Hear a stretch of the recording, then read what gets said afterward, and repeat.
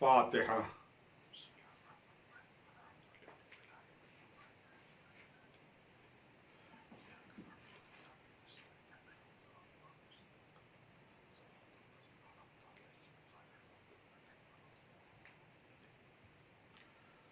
لا حول ولا قوة إلا بالله العلي العظيم. أعوذ بالله من الشيطان الرجيم. بسم الله الرحمن الرحيم. الحمد لله رب العالمين، والصلاة والسلام والتحية والإكرام على أشرف الخلق سيد المرسلين بالقاسم المصطفى محمد وعلى الطيبين الطاهرين، ولعنة الله على أعدائهم أجمعين من يومنا هذا إلى قيام يوم الدين وبعد يوم الدين. أما بعد، بسم الله الرحمن الرحيم. يا أيها الذين آمنوا اصبروا وصابروا ورابطوا واتقوا الله لعلكم تفلحون.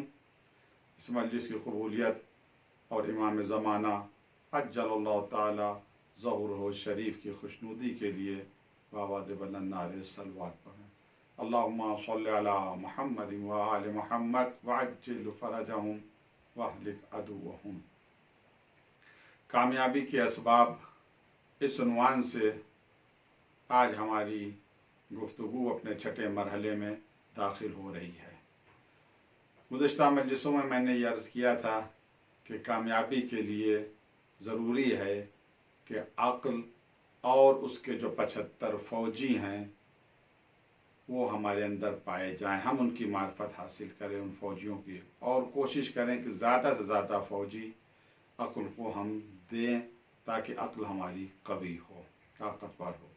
اور جہل یعنی ابلیسیت، شیطانیت، خواہش، شہوت اور اس کے جو فوجی ہیں ان سے ہمیں پرہیز کرنا ہے، تبھی ہم کامیاب ہو سکتے ہیں.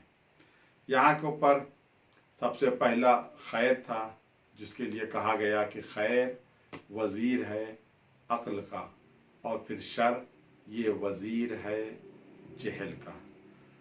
دوسرا ایمان تھا اور اس کی ضد کفر. دوسرا عقل کا فوجی ایمان، اس کے ضد کفر. تیسرا تصدیق، اس کے ذکر جحود.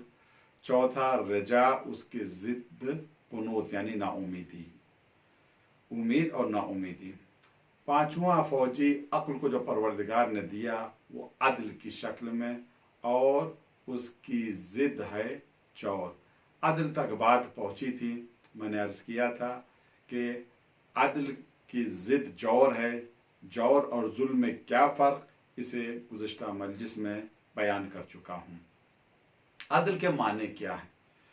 امام خمینی رضوان اللہ تعالی علیہ، آپ کی جو کتاب ہے شرح حدیث جنود عقل والجہل، اس میں آپ فرماتے ہیں عدالت حد وسط، افراط اور تفرید کے درمیان.